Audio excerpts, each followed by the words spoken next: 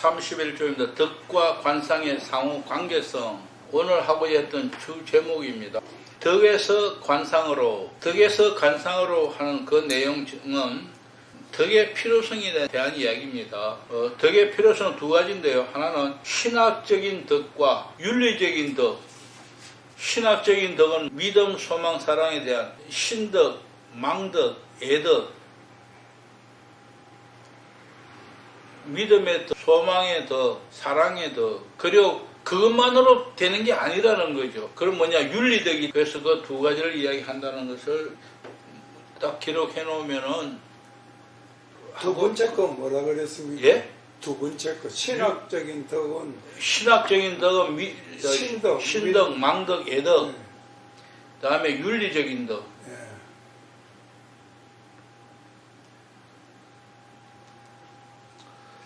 관상으로 나아가기 위하여 덕은 필수적이다. 우리가 말하는 선택적이 아닙니다. 필수적이다.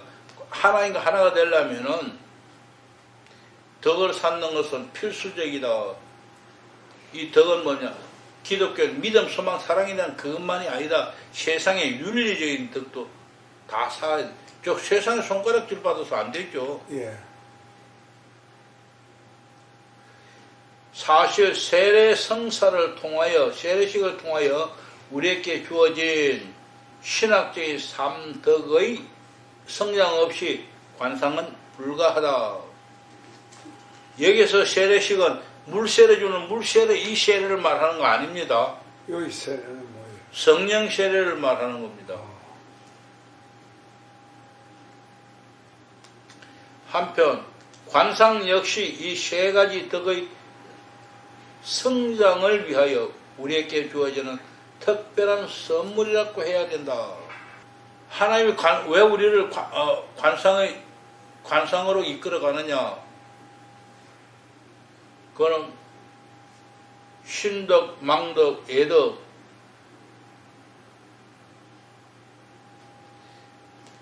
그것이 성장, 이걸 뭐라고 표현하지 우리는?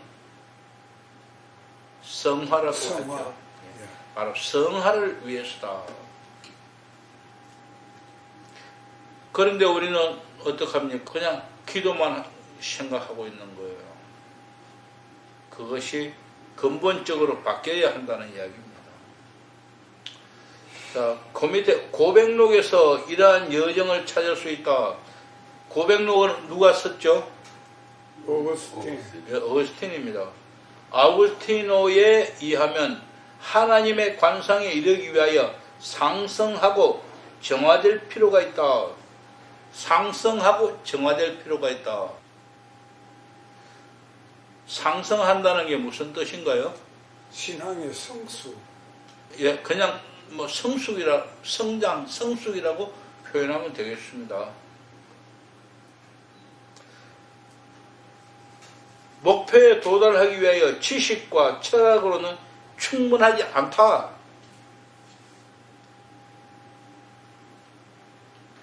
지식이 아무리 높아도, 신학적인 지식이 아무리 높아도, 아무리 철학이 높아도 그걸로서는 안 된다.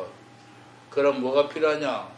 바로 수덕적이고 신비적인 삶을 살아야 한다.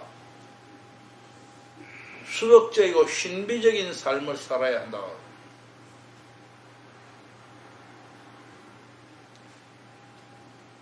관상, 즉 하나님을 관상에 도달하기 위해서는 우리를 정화시키는 신앙과 희망과 사랑을 거쳐야 하는 것이다. 믿음과 소망, 사랑을 거쳐야 한다. 그리고 분별, 정의, 용기, 절제의 사추덕도 필요하다. 왜 추덕이라 했냐 하면 이 네 가지 더하는 믿음, 소망, 사랑에다 이 네 가지를 더한다 그런 뜻이에요. 하나님을 본다는 것은 사람이 노력의 열매만 믿음의 열매만일 수는 없다는 것을 알고 그것이 하나님으로부터 주어진다는 것을 알 때만이 이루어진다. 그냥 간단히 말하면 하나님으로부터 관상, 하나님으로부터 주어진다 하는 것을 알 때만이 가능하다. 모르면 불가능하다. 그러니까 하나님으로부터 주어진다는 걸 안다면은 내가 찾으려고 노력하지 않는다는 거예요. 모르면은 내가 찾으려고 노력하는 거예요. 내가 되려고 노력하는 거예요. 여기서 본다면은 뭡니까? 관상은 내 노력으로 되는 것이 아니고 하나님이 주어진다. 그래서 주거적 관상이다. 그런데 나는 가만히 있어도 하나님이 부어주시느냐? No. 어느 수준에 하나님이 어느 수준에 도달해야만 부어주신다는 거예요. 예. 맞아요. 기본적으로는 내가 노력해서 얻는 게 아니고 하나님이 부어주시는 거지만은 하나님이 주실 때는 아무데나 누구에게 무조건 부어주는 게 아니라 적절한 사람에게 적절하게 부어준다. 똥그릇에다가 밥 얻어먹는 사람 없잖아요. 금그릇에 금을 넣고 은그릇에 은을 넣고 똥그릇에 똥을 붓는 거예요. 그래서 무슨 그릇이 되는가는 내가 그 그릇이 되어야 한다. 그래서 하나님이 하시는 일은 부어주시는 일이고 내가 해야 할 일을 받을 수 있는 그릇이 돼. 받을 수 있는 그릇은 내가 준비해야 돼. 그것이 바로 뭐냐? 정화다.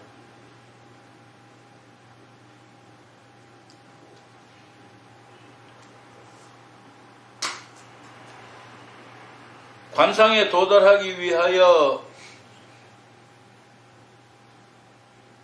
신앙과 희망과 사랑 이 3덕이 필요하다. 같이 읽어볼까요?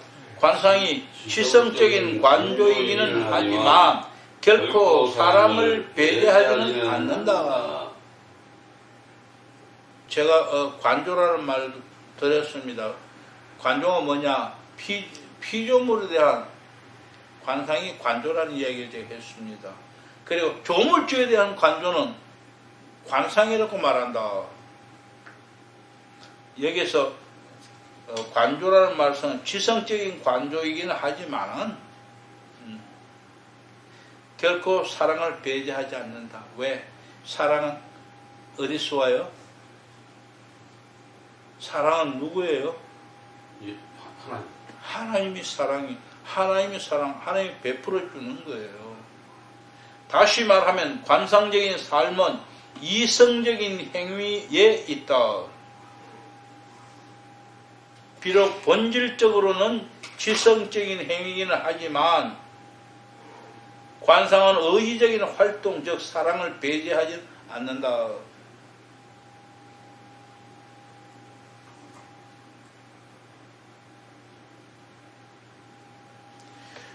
한마디로 표현하면요, 사랑이 없는 행위는 하나님이 원하는 것이 아니라는 거예요.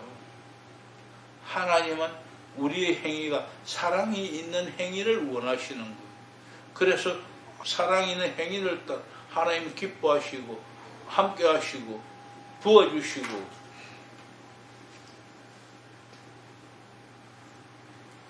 사랑스러운 의지는 원인적인 원리로서 그리고 목적으로서 관상에 영향을 미친다.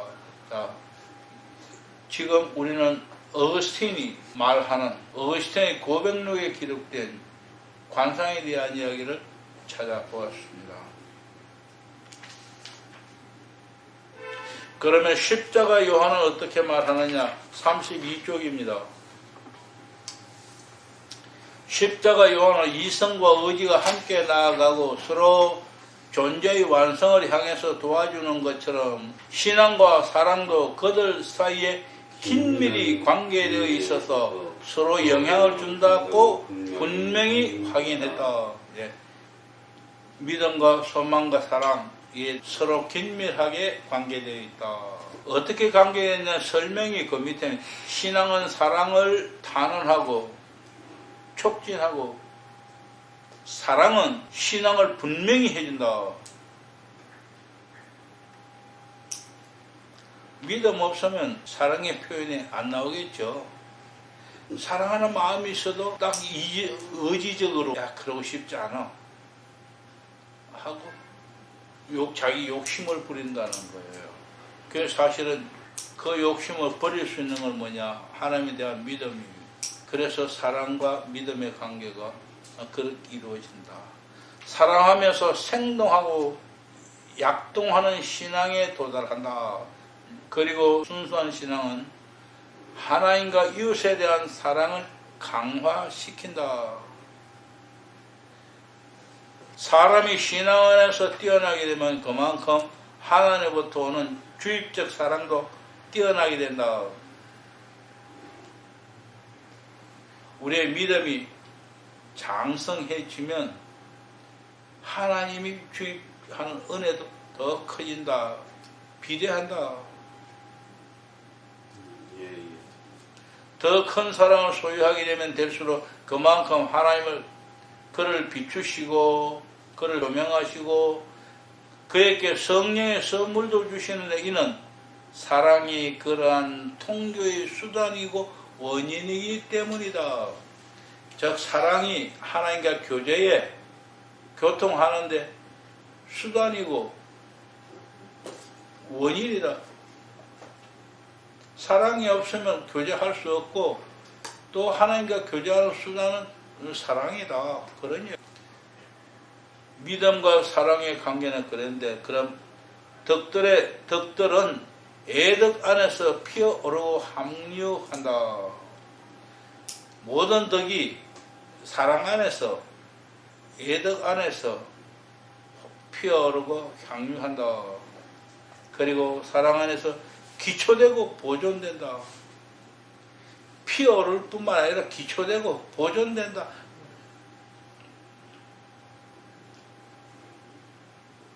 더 중요한 부분입니다. 애덕은 덕들을 연결시키는 중심이 된다. 모든 덕을 연결시키는 중심이 된다. 믿음과 소망도 애덕이 사랑이 그것을 연결시키는 중심이 된다. 고린도전서 13장 13절입니다. 13절이요? 믿음, 소망, 사랑 그 중에 제일은 사랑이라. 믿음, 소망, 사랑의 덕이 있지만 그 중에 제일은 사랑인 이유는 믿음과 소망을 연결시키기 위한 핵심이기 때문이에요.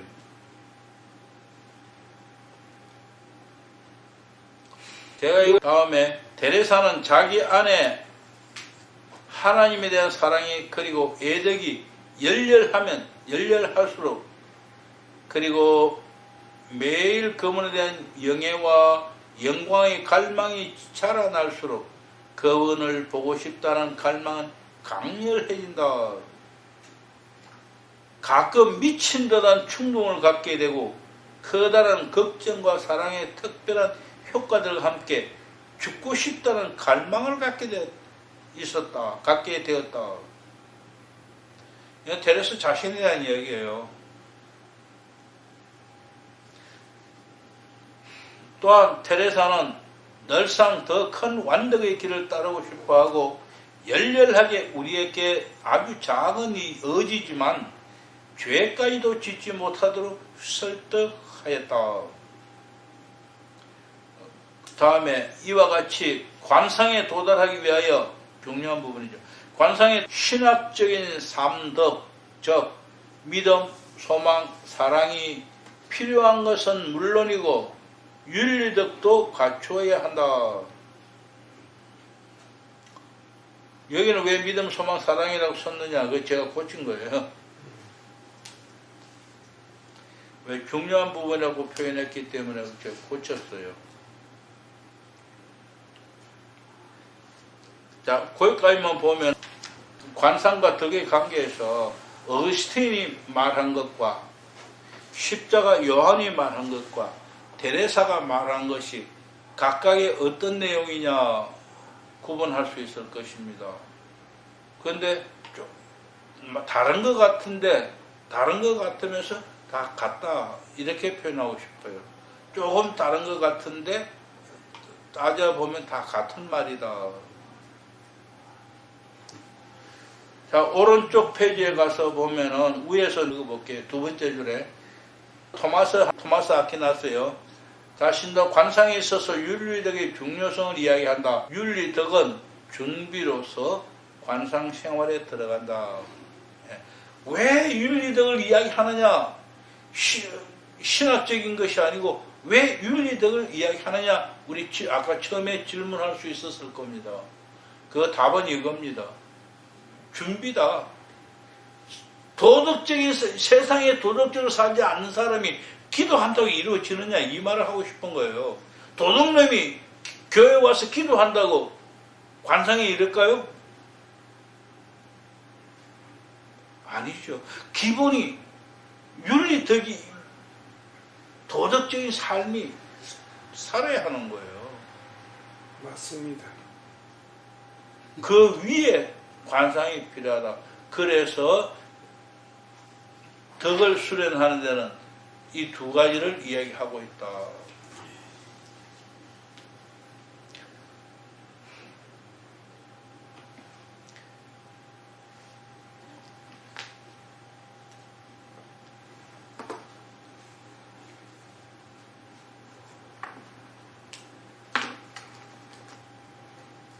본질적으로 관상생활을 구성하는 관상의 활동은 영혼의 집중을 지성적인 것에서부터 감각적인 것으로 불러내는 정열들의 폭력에 의해 방해를 받게 된다. 말이 길었지만 간단하게 표현하면은 자꾸 감각적인 것이 자꾸 부닥쳐져요. 그래서 여기서부터 감각적인 것을 방해받는 것을 막아준다, 차단한다. 불러낸다는 게 막아준다는.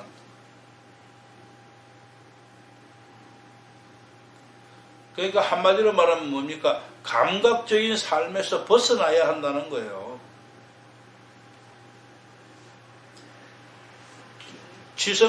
여기 지성적이라는 것은 다른 말로 하면 영적인 것하고 같은 말입니다.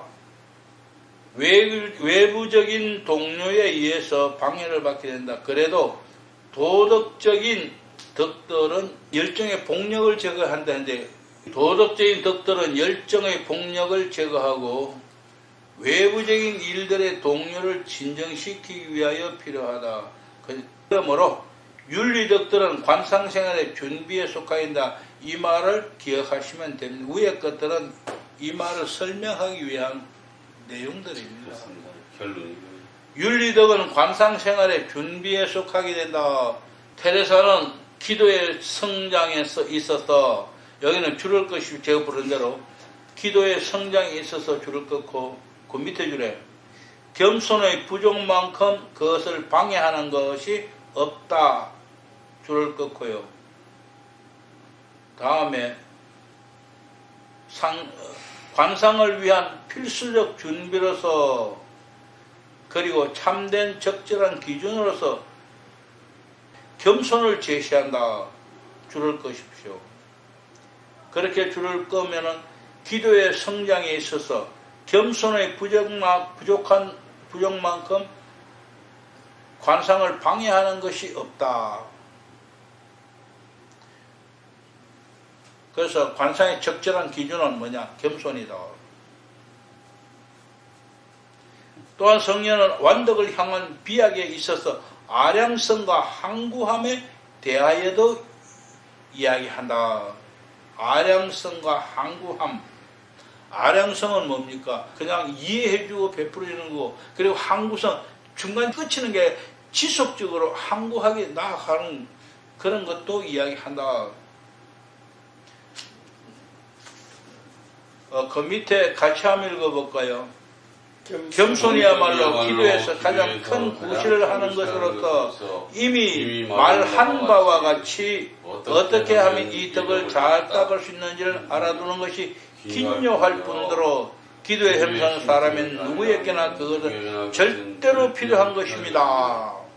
아닌 게 아니라. 이 위에 이미 말하랴 이고 말한. 예. 지금 이 글을 보면은 한 줄 띄어서 이렇게 여기를 보시. 글자가 이렇게 쏙 들어가는 데가 있죠.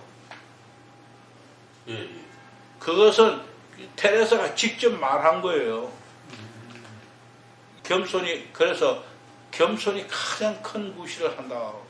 겸손하지 않으면은 어떤 경우에도 교만해서는 절대 안 된다. 교만은 어디에 연결됩니까? 지로. 교만은 마귀하고 연결되고, 예.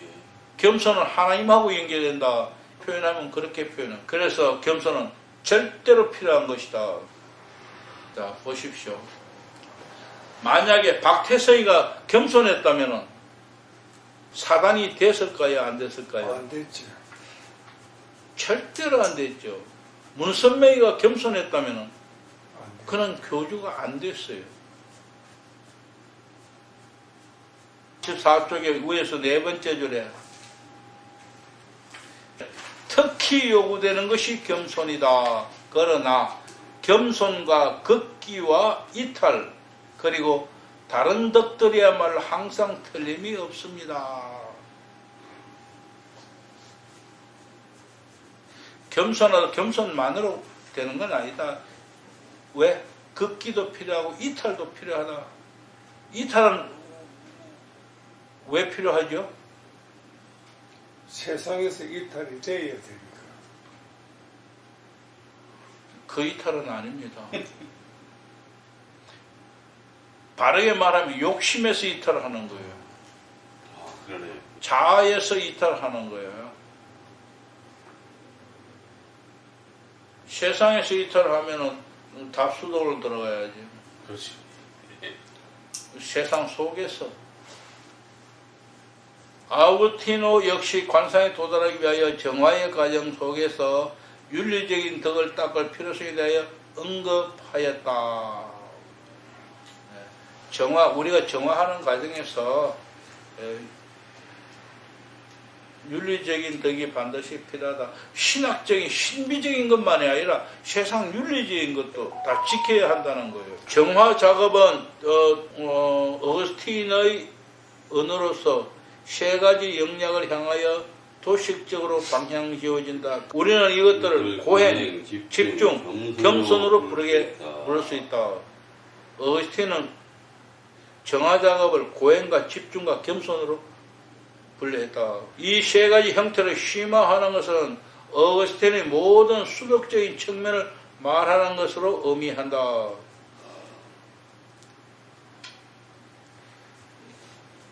어거스틴은 고행과 집중과 겸손에 대해서 이야기했다는 것을 기억하시고요. 우리는 성녀 테레사의 글을 통해서 성화의 과정을 보게 되는데 먼저 1. 수백의 길을 걷게 되고 그 다음 신비의 길로 들어가게 된다. 그 다음 모든 경험의 여정을 도와주신 주님과의 만남을 완수하기 위하여 신비적인 길로 들어가야 된다. 수덕의 길을 거쳐서 신비적인 길로 들어간다. 이 두 가지를 기억하라는 것입니다. 그 다음에는 그냥 읽고 넘어갈 필요는 중요하게 기억해야 할 일은 아닙니다만은 우리는 두 가지 다른 운동들을 관찰하게 된다. 이전에는 영혼은 그의 상층부로 올라가도록 불림을 받았다. 그런데 지금은 그의 중심부로 들어가도록 불림을 받는다. 너무 신경을 쓰지 마십시오. 옛날에는 모든 사람이 예를 들어서 교회가 100명에서 100명 중에서 상층부 1등, 2등, 3등으로 제일 신실한 사람 되어 올라가는 것을 원했다. 그와 같이 내가 가장 거룩한 가장 겸손한 그런 사람은 되어 올라가게 했다. 근데 지금 올라가는 게 아니고 내 중심부로 들어가는 거예요. 핵심은 옛날에는 올라가는 것이 아니라 지금은 중심으로 들어가는 것이다. 올라가려면 어디까지 올라가야 하늘까지 올라가야지. 근데 중심보다 내 안에 그건 뭐 중요하지 않아요. 왜? 우리가 이미 하나님 내 안에 계시기 때문에 내가 내 안으로 들어간다는 것은 알고 있고 그렇게 훈련해 오고 있기 때문입니다.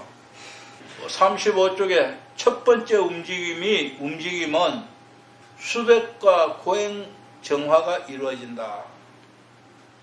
두 번째 움직임은 교통과 친밀함, 평화. 자, 여기서 첫 번째 움직임, 두 번째 움직임, 그냥 이렇게 생각하십시오. 수덕하고 고행은 같은 겁니다. 차이점은 있습니다. 그러나 이걸 하나하나 다 외워서 기억하고 있을 수는 없기 때문이에요. 그냥 우선 덕을 쌓아야 한다. 덕을 쌓기 위해서는 필요에 따라서는 고행을 해야만 되는 경우가 있습니다. 그렇지 않고 그냥 인내하고 겸손해지면 덕을 쌓는 일이 되기도 하지만 때로는 고행을 하지 않고는 그 길을 넘어갈 수 없기 때문에 고행도 필요합니다. 그래서 그냥 수덕이라는 생각해라 그런 이야기 했던 거고요. 그리고 하나님과 교통하고 친밀하고 친밀하지 않으면 교통할 수 없어요. 눈치만 봐야지. 친밀한 사람 눈치만 보는 게 아니고 그냥 알아들어요. 그래야만 평화가 오는 겁니다. 친밀하지 않으면 어떡합니까? 서로 경계하고 그 속에서 평화가 없어요. 언제나 두려움이 있다라는.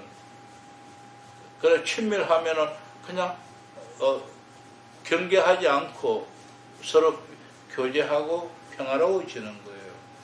그래서 우리가 하나님의 임재 혹은 하나님의 뜻을 구분할 때도 결과적으로 뭡니까? 내 마음에 평화가 오는가를 하나님과 내가 친밀해졌다면 하나님 그 뜻이 받아들였다면 내가 평화로워진다. 한마디로 테레사의 확인은 이것이다. 같이 읽을까요? 하나님은 만일 그에게 우리 자신을 완전히 내어주지 않는다면 그분 역시 당신 자신을 완전히 내어주지 않을 것이라는 것이다. 예. 내가 안 내주면 하나님도 안 내주신다. 무슨 말이죠? 주님을 사랑하는 얘기죠. 뜨겁게. 내가 마음을 열고 자리를 내줘야만 하나님도 들어오신다는 거예요. 내가 꽉 닫고 있는데 하나님 어디로 들어오시겠습니까? 뿐만 아니라 내가 그렇게 하나님 앞에 다 내주실 때 내가 필요한 거 하나님이 다 채워주신다. 이 부분은 반드시 뭐 꼭 기억해야 할 이유는 없지만은 안 받을 거면은 받을 거는 기억해야. 예, 그렇지. 맞습니다. 이에 이 관상에서 덕으로 이에 이런 덕에서 관상으로, 그죠? 덕에서 관상은 뭡니까? 덕의 필요성은 신학적인 덕과 윤리적인 덕이 필요하다.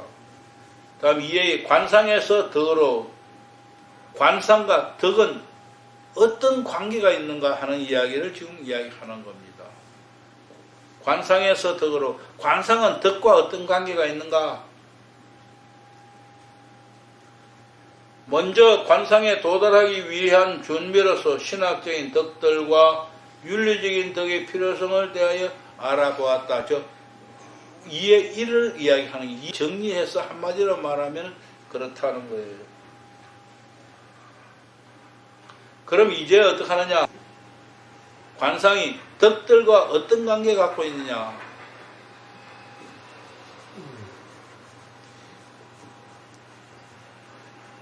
석줄 내려가면요, 그녀가 한 찬사에서 그녀는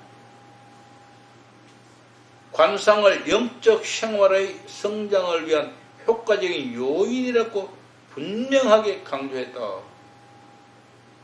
테레사는 관상을 영적 생활의 성장을 위한 효과적인 요인이다.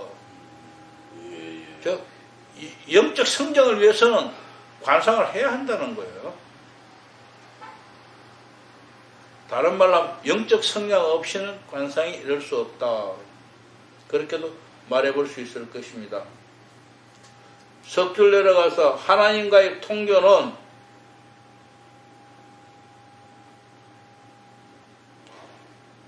신앙의 인식적인 풍요를 가져다 주고 계시된 자료에 의해 그리고 신학과 경험의 소조명 그리고 신비적인 통찰이 가능해진다. 그냥 줄 거면 하나님과의 교통은 신비적인 통찰이 가능해진다. 신비적인 통찰, 성경을 읽어도 성경 이해가 안 가는 거예요. 그런데 조용히 하나님과 기도하면서 하나님과 교제하면은 성경에 기록된 말이 그냥 이해가 되어지고 깨달아지는 거예요. 지금 그 이야기 하고 있는 예를 들은 겁니다. 성경뿐만 아니라 다른 것도 마찬가지. 하나님하고 교통이 되면은 조용히 기도할 때에 혹은 묵상할 때에 그것이 깨달아진다. 제가 신학교 다닐 때 하나 이상하게 생각한 사람이 있어요. 당시에 제가 나보다 1년 선배였는데요. 어떤 학교 학생의 운영 때문에 그분과 만나서 잠깐 이야기했는데 답을 하기 전에 조용히 눈을 감고 한참 있어요. 그래서 이 양반 왜 그러냐. 그러고 나서 뭐라고 이야기해 주는 거예요. 그리고 또 다른 이야기 하다가 무슨 질문을 하면 역시 잠깐 눈을 감고 있는 거예요. 그리고 나서 대답을 하는 거예요. 그래서 그때는 그것이 이상하게 느껴지면서 신비적인 이런 게 아니라 뭔가가 이 사람은 뭔가 조금 다르다 그런 생각을 했던 거예요. 그래서 기억했는데 나중에 하나님 은혜로 내가 관상 기도를 알고 공부하고 연구하는 과정에 그분의 했던 것이 생각이 났어요. 아하, 저분이 관상 기도 알아서가 아니라 신앙생활 가운데 무엇인가 내게 말할 때 자기가 그냥 푹 말해버리는 게 아니고 신중하게 하나님은 이럴 때 어떻게 말씀하실까? 하나님은 어떻게 답하실까? 하고 잠깐 묵상했던 거라는 거예요. 물론 그분이 말은 안 했지만 제 생각으로. 그래서 그 답들이 그래도 뭐 결과를 내가 체크해보고는 하고 기억해놓은 건 아니지만은 그래도 하나님 뜻에 가장 가깝거나 하나님 뜻이었을 것이다. 저 그런 생각을 하게 된 겁니다. 그래서 저는 항상 그런 건 아닌데 가끔 문제가 부닥칠 때 그 생각이 떠올라요. 그분이 떠올라요. 그분이 떠올 때는 쉽게 대답을 못하고 망설이게 돼요. 그분은 내게 행동으로 보여준 것이지만 공부하다가 보니까 그런 것을 깨닫게 되더라.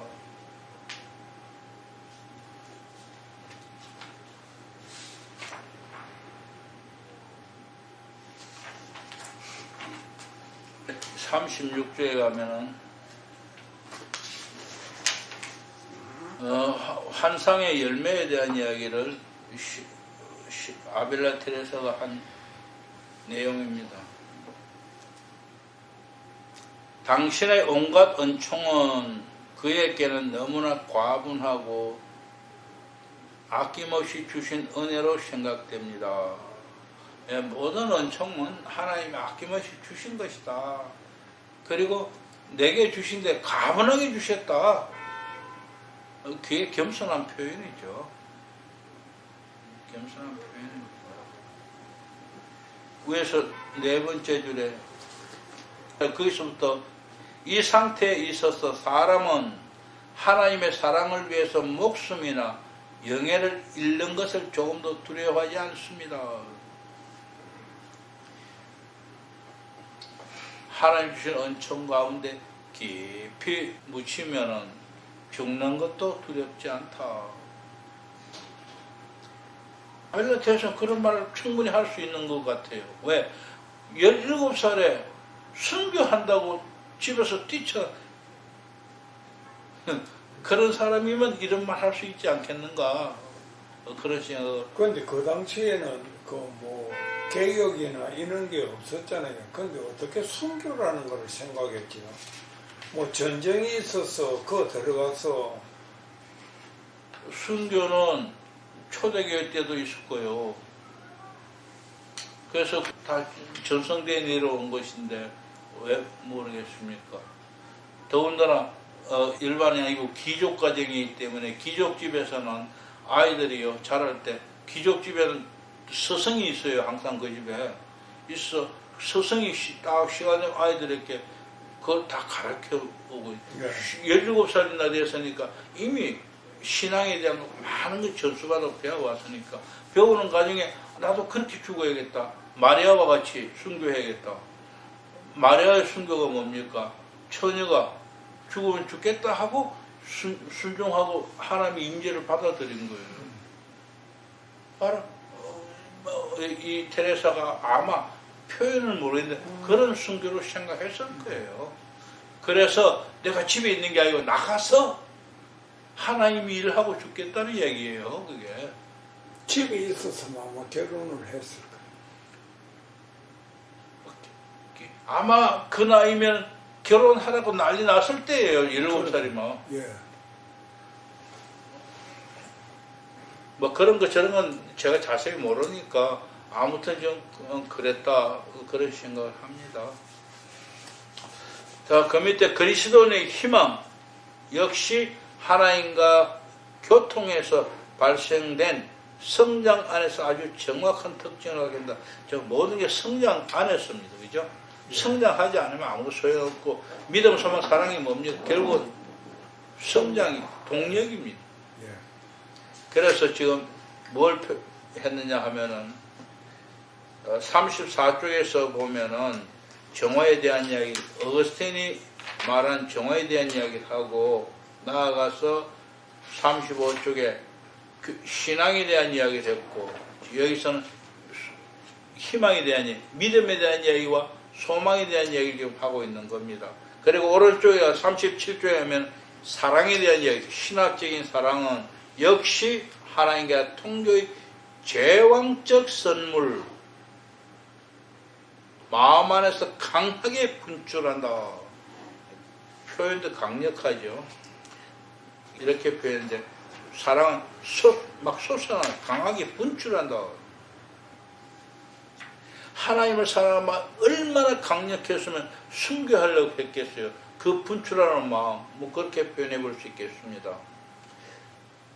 6줄 내려가서 성령은 영적 성장에 있어서 기도의 단계에 대해서 설명하는데 두 줄 내려가 특별히 덕의 성장과 움직임에 대하여 말하고 있다.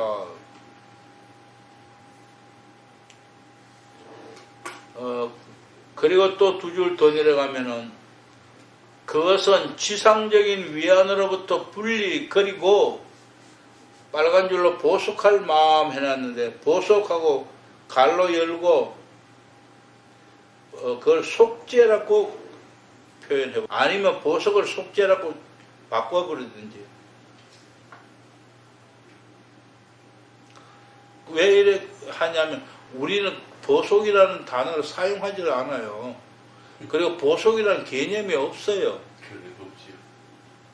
그러나 그 보석이라는 것이 우리 개신교의 용어로 사용 속죄한다.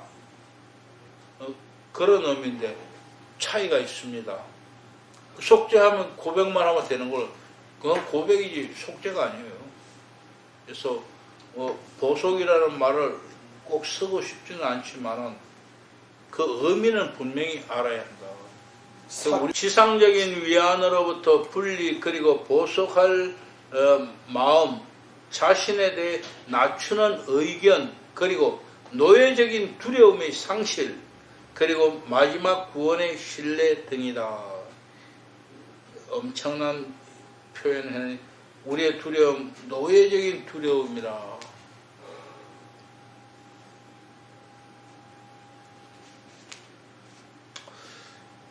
한 두 줄 내려가서 영혼의 성 마지막 부분에서는 테레사는 하나님의 일치에서 오는 효과, 하나님 일치에서 오는 효과가 어떤 것이가 기술한다. 여기서 테레사는 거룩함의 특징에 대해 이야기한다. 하나님께 침잠해 있는 영혼은 덕을 갖추게 되는데 자기를 잊고 하나님을 향하여 신학적인 덕들을 위하여 방향 지워진다. 두 가지죠. 하나는 뭐예요? 나를 잊고, 두 번째는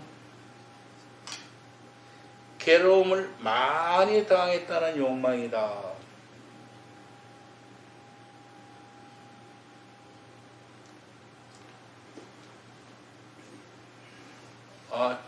제가 그 말을 안 했군요. 정화 조명 과정을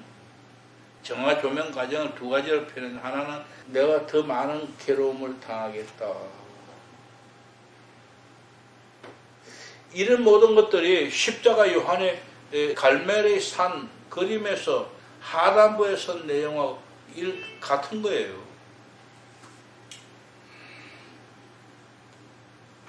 어떤 것이 있으면 이 둘 중에 하나는 좋고 하나는 더 나쁜 것이 있을 텐데, 그럴 때 나는 좋은 것을 택하는, 일반적으로는 좋은 것을 택하는데 나쁜 것을 택해라. 왜? 다른 사람이 좋은 것을 택하도록 겸손하게 양보해라. 그 이야기예요. 십자가 요한의 모든 게 바로 그 이야기예요.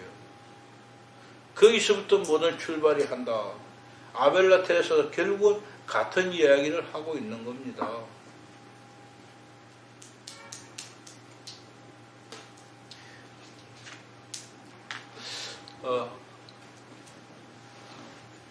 내가 손정은 목사님이요? 자기 아들이 공산당한테 맞아 죽었는데 그 공산당을 양아들로 삼고 같이 살았다.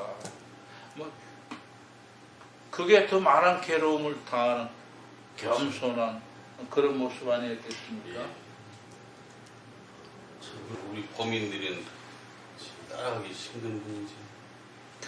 그래 마지막 줄에 보면은 그런 사람이 훨씬 더 평화를 가지는 사람이다. 그리고 자기에게 해를 끼치는 사람들을 원수처럼 생각하기는커녕 오히려 특별한 사랑을 베풀어 준다. 기념관 들어가기 전에 오른쪽 가면 무덤이 조그마한 바로 길 옆에 무덤이 있는데 그 아들들 무덤이라고. 그 안에서도 차를 타고 들어가더라고요. 걸어가는 게 아니고 안내하는 대로 차를 타고 갔기 때문에 자세히는 모르겠어요. 자, 오늘 여기까지 마치겠습니다.